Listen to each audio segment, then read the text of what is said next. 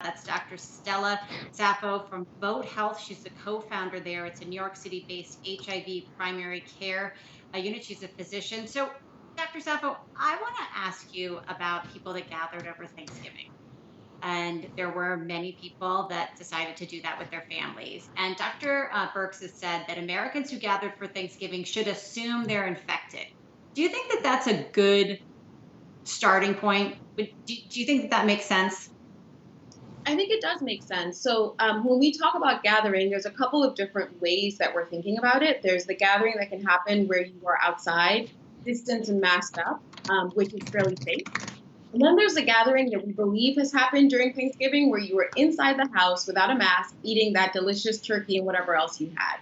And in that case, because you were probably with individuals who were not within your household, in other words, people that you sleep in the same house with, right? You brought in new individuals because you were in a house with different individuals who may have the virus, and because you were doing an activity like eating and talking, where you can spread, droplets. There is a chance that if anyone in any of those gatherings had it, then other individuals have been infected. So I think it's a fair thing to think about the kind of gathering that you had and then kind of rank your risk from there. Dr. Anjali here. Looking at what we see, of the gatherings and of the anticipated, I guess, rise in numbers, as it stands right now, can we take away anything from, decreasing positivity rates right now, or is it still sort of a wait and see for the next 2 weeks? Yeah, a lot of our models at this point have had enough information. I'm based in New York, and so in March, when everything started to happen with COVID really spreading through this country, it started in New York, and our models were just being primed then. So we had no idea really of what to expect.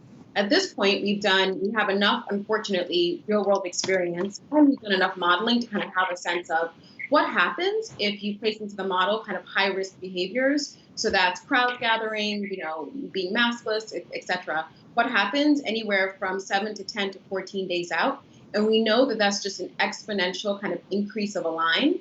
So that's part of the reason why you hear everyone sounding the alarm, everyone from your local clinicians, public health experts, to Fauci and Birx and everyone else sounding the alarm, is because there's a real sense that if we project the number of individuals who've gotten together in these unsafe, kind of settings has happened, then we know that in about 2 weeks, we're going to see those numbers surging. And the concern is at this point, hospitals are getting towards capacity. So adding more to an already full bucket is really something that we're very, very scared of.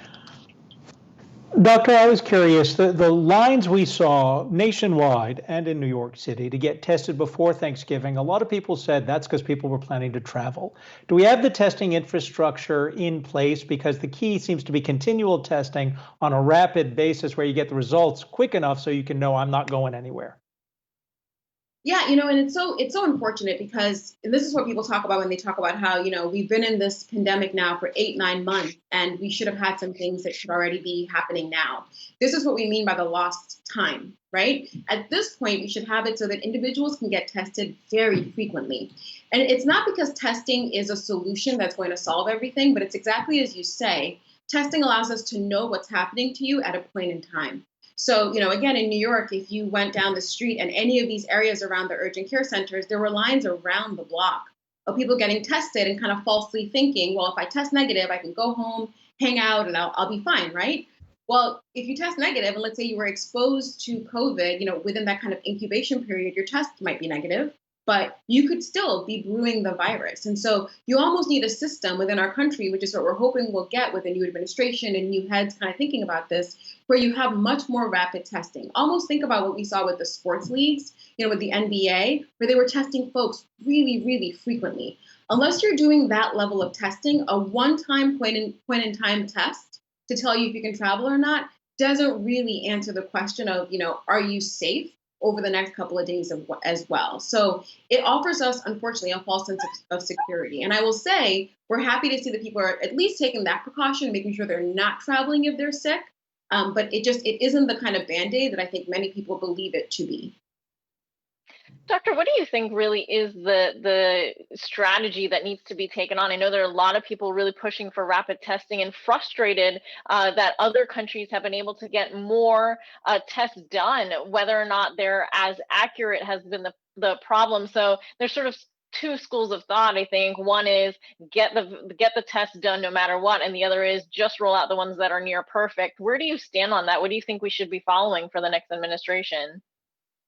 Yeah, I think that, and as an HIV doctor, I kind of bring the HIV lens to a lot of these different epidemics and pandemics that we try to control. With HIV, we focused on prevention and treatment. And so the treatment angle right now, you're hearing all the alarms because our hospitals are full. So we're afraid we won't be able to treat adequately. And so preventing people from getting sick is so key. And that prevention really happens with behaviors, unfortunately, rather than testing. So the behaviors that we're recommending have been from the beginning socially distancing and definitely wearing masks, especially if you have to be indoors and inside with people outside of your household. And where testing then becomes really interesting and helpful is that it allows people to have the kind of information they need to be able to make the actions that they need to happen. So the next administration, I think, is really looking into things like, at-home testing. So you can get a kit that's affordable that you can test yourself before you have to go get online for 2 or 3 hours to figure out, if your PCR will come back in 4 to 6 days, which is what we're seeing in certain areas. So it's definitely testing is part of it, but it's that larger kind of prevention solution that we really need to push, which is mandated masks, as well as really thinking about how do we prevent people from kind of getting into these crowds where we're seeing the virus continue to spread. I think the modalities of testing that you use, you can definitely play with it, but again, it's just a small part of kind of this whole picture that we really do have to create and invest in to make sure that we can stop the spread. Dr. Stella Safo, Vote Health co-founder, thanks so much for joining us. My pleasure.